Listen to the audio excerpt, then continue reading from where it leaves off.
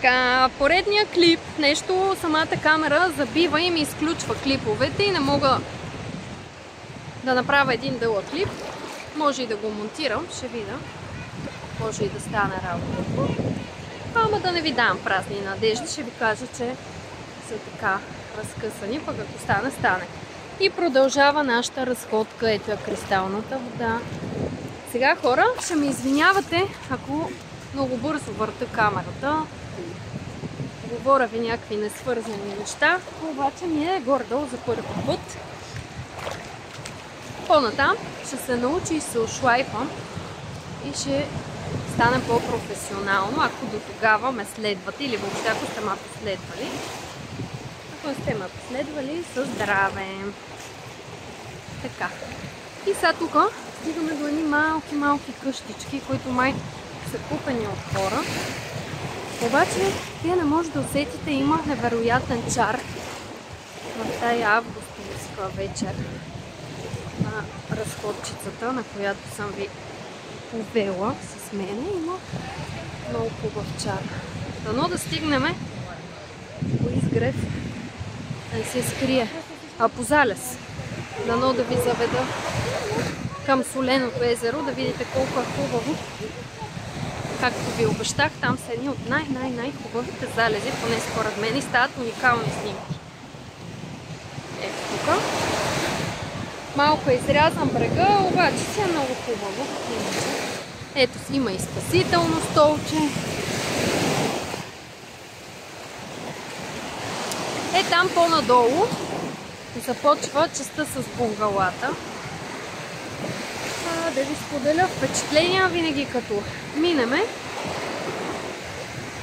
Има хора, които си правят каричка, пият си пиричка, слушат си музика, има си чари там. Ако сте почитатели на такива места, значи то е точно за вас. Сигурно има и комари, не знам. То навсякъде ги има. Ето ги къщичките. Ето така. Там остава Гърдения палас.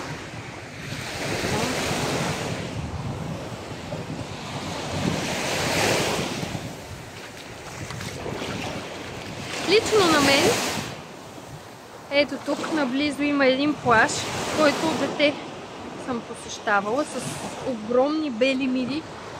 Най-хубавите миди, които съм виждала, са на него. Има и боклуци. Ако идвате с деца, най-добре е да са с джапанки, да не се набоцкат на нещо.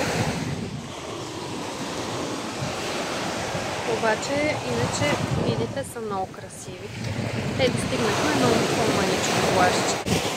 И хора, да ви кажа, докато снимам и си гледам във въздуха, в това чудо, като се препънах, тук ми има някъде следите и щях да се направо прибия. Замотах се в това въже. Само и само тук да ви снимам, да ви разхождам, за една бройка да си оплета краката. То не е за една бройка, аз си ги оплетох. Мили хора, аз ви казах тук за мидите. Такива миди, уникално бели, много красиви. Това са ми любимите миди, а пълно.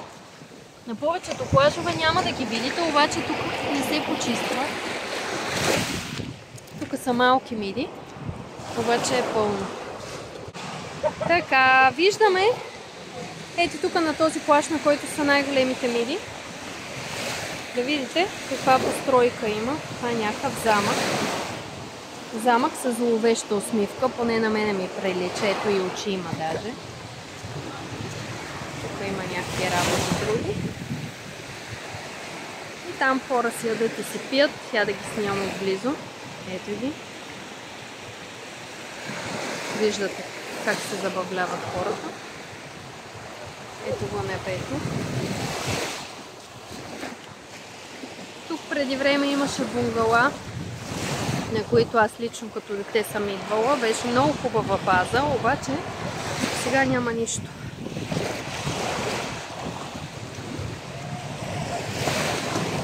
Ето там.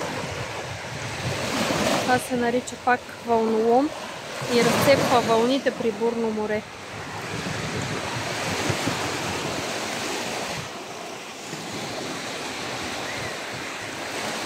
Мирише на изкара насякъде. Явно хората от bungalата са си заформили трапеза.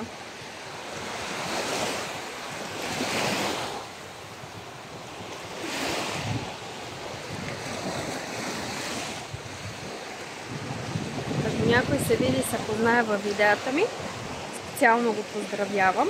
Станала първия участник в моите видеа.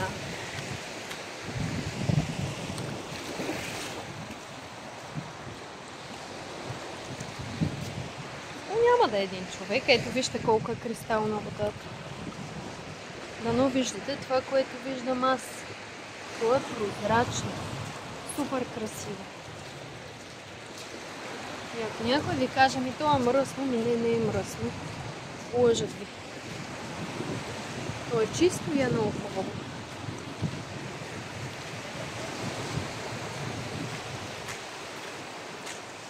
Тук има деца си играли.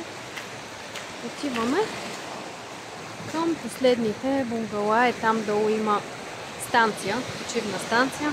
Не знам на коя фирма е. Ето ги милите. Искате ли да видите хора?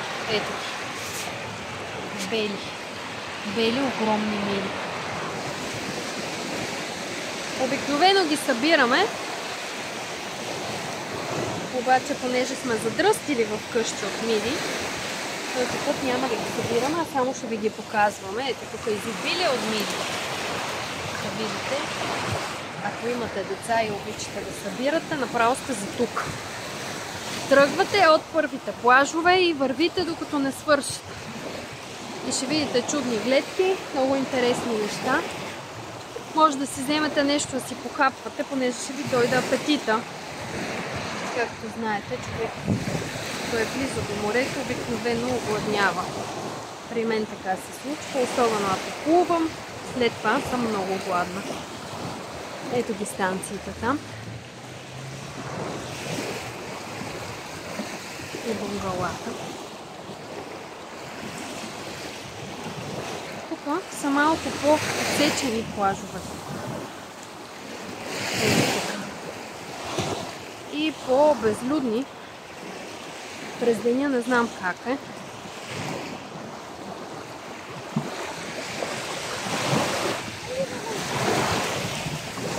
Струва ми се, че доста въртя камерата.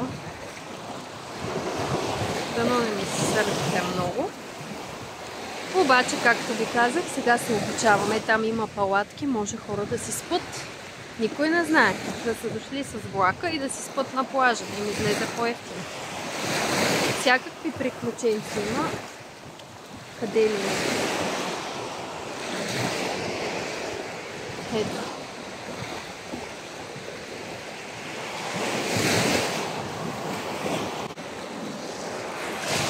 Ето тук едно раче.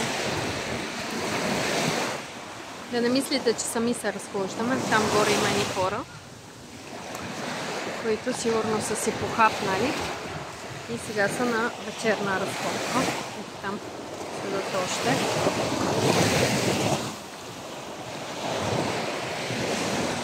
Също така ме реши и на гъби с масло. Да ви пресъздам усещането. Ви разказвам на какво ме рише, какво се вижда, вие си виждате. И ако се чудите защо се клати камерата, просто да знаете, че е тук в този пясък джапан и трябва да се изкача до там, до стълбите. И ето тук стигнахме края на този плаж. Така, стигнахме ето тази станция. Както ви казах, ето тук са подредени шезлонзи. Сега какъв има плюса на тия шезлонзи? Поне според мен, вие може да не откриете плюс. Според мен плюс е, че има и такива поставки за кафе. И човек може да си седне, обаче не само да седне, има и чадър. Обаче вижте какво вижда. Тадан! Е, това чудо го вижда, когато седне. Тая красота. Сутрин изгрева, вечер залеза и си седи тук и си релаксира. Сега, по принцип, когато се разхождате насам, и тук някой си е забрал дрехата, когато се разхождате насам, не дават много да се влиза. Обаче ние се правиме на вътрешни хора и си минаваме и никой не ни закача, даже са много любезни. Ето виждате надпис: ход за външни лица забранен. Така. Ето тук минахме през входа и влезнахме тук в една друга станция с бунгала. Ето така. И там входа си е отворен. Ще излезем от там. Обаче, за съжаление, залеза не мога да ви го покажа, защото закъсняхме. Мирише на скумрия печена. Там на кебабчета и кюфтета. Тук на скумрия. И навсякъде мирише на нещо. Има много дечица, които скачат. Нарочно съм ги снимала. Скачат и се забавляват. Но ви разказвам. Ето това отсреща, което виждате. Това е Соленото езеро.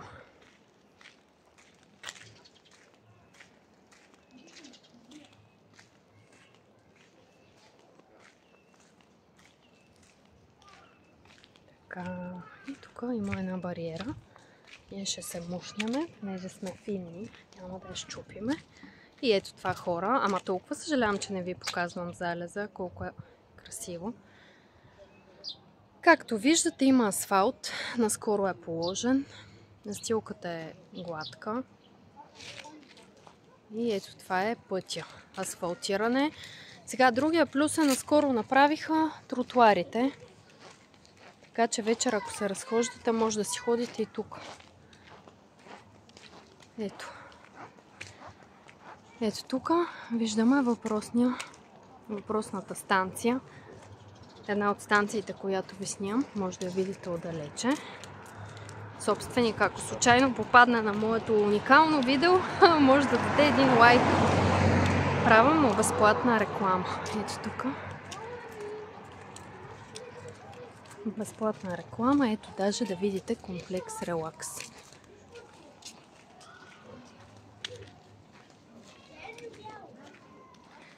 Моите хора са след мене, обаче са на безшумен режим заради видеото. Съм ги помолила да пазят тишина, иначе са много приказливи, за да не ми прецакат разказването. Да не ме разсейват. Сега, да ви кажа нещо друго доста важно, понеже тук е малко по-дива местност, както виждате има папур. И вечер, ако се разхождате по тъмно, да го имате навпредвид, асфалта силно се нагорещава и излизат влечуги. Когато детенцето ни беше малко и беше още с количка, една вечер бяхме решили да дойдем. И огромна змия се виеше на пътя. Добре, че едва я видяхме, защото беше много тъмно, но не я настъпихме. Ето хора, да видите бунгалцата, други бунгала.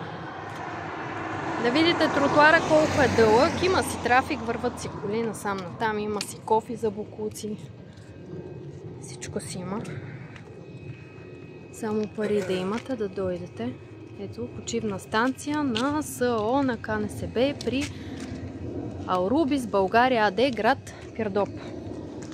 Ето, те могат тук да ме поздравят, ако гледат. Искате ли да видите? Ако решите да им звъните, ето ви телефони.